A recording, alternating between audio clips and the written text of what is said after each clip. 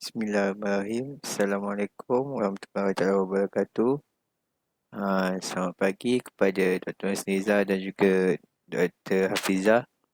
Saya Muhammad Ashraf Syahir Beda Lutfi S48268 ingin membentangkan FYP saya yang bertajuk Identification Shape Features of Marklet Genus Scala.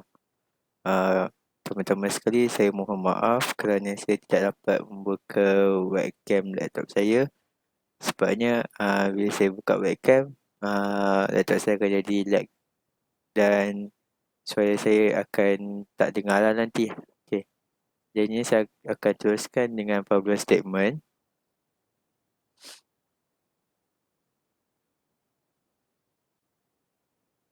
Okay.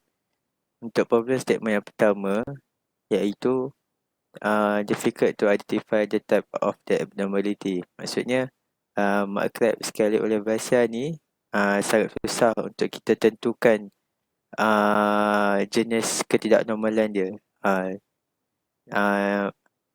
Dan problem statement yang kedua, non-automated system. Maksudnya, tiada sistem yang automatik untuk kita check ataupun untuk kita predict berkaitan dengan ketidaknormalan bagi Marklet ini, iaitu jenis Scala Olivacea inilah.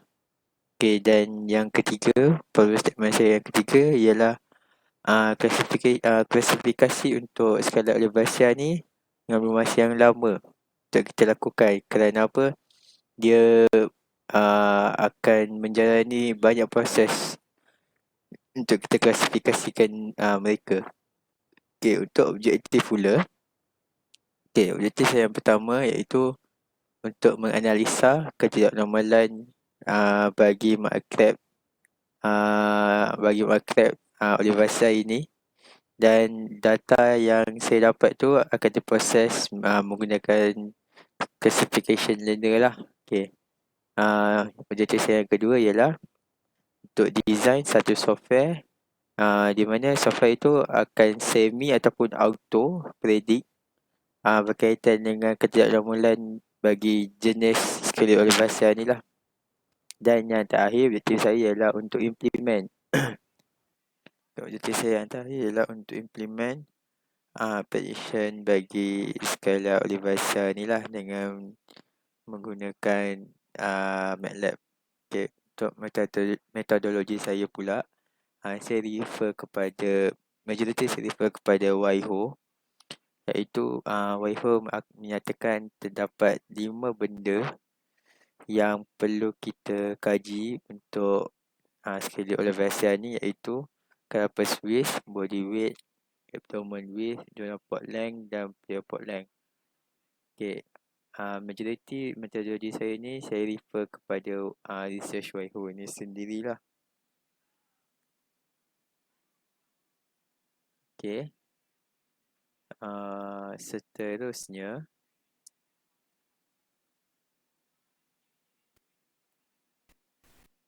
result dan discussion. Okay, untuk result dan discussion, seperti yang doktor boleh tengok, saya menggunakan 1100 data untuk research saya ni. Dan apa yang doktor boleh tengok di dalam kotak tersebut ataupun table tersebut, LR merupakan paling tinggi akurensi dia berbanding dengan classifier lain bagi research saya ni lah. Okay. Selepas tu, okay, untuk result dan discussion, seperti yang doktor boleh tengok kat sini, saya paparkan saya punya discussion untuk saya punya research ni lah. Dan ini dan seterusnya saya tunjukkan untuk matrix supaya doktor boleh nampak lagi lah. Macam tadi saya tunjuk peratusan kan, ini saya tunjuk berapa data yang normal dan tidak normal. 0 itu normal dan 1 itu tidak normal. Macam tu lah. Okay. Sebelum saya masuk ke conclusion, Okey, ini merupakan saya punya hard coding untuk saya punya sistem lah. Saya nak minta maaf sebabnya saya tak dapat nak jalankan sistem yang penuh atas ah, atas atas sebab kondisi laptop saya lah. Sebab apa, laptop saya tak dapat tampung MATLAB dengan data yang banyak. Ni pun saya dapat guna 600 data je. Itu pun ah, masih lag dan kemungkinan untuk crash tu ada. So saya dapat tunjukkan dia punya hasil ah, classification tu sajalah, dan prediction tu saya tak dapat lakukan. So jadinya ini merupakan ini merupakan ah, classification yang saya lakukan lah. Yang ini saya klasifikasikan mengikut jantina, iaitu male dengan female, dan hanya menggunakan 600 data sahaja.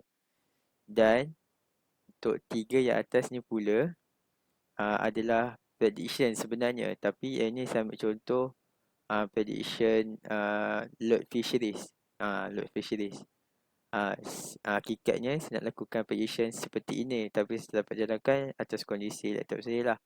So saya harap untuk masa akan datang saya dapat lakukan prediction tersebut lah.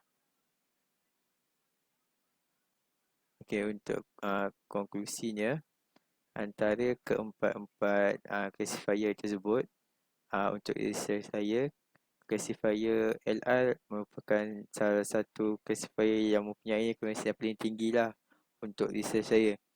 Dan setiap daripada classifier ni, mempunyai kelebihan dan kekurangan masing-masing lah. Tetapi untuk saya punya research, apa yang saya nampak, classifier LR ni mempunyai akurasi paling tinggi. So itu sahaja daripada saya. Sekian, terima kasih.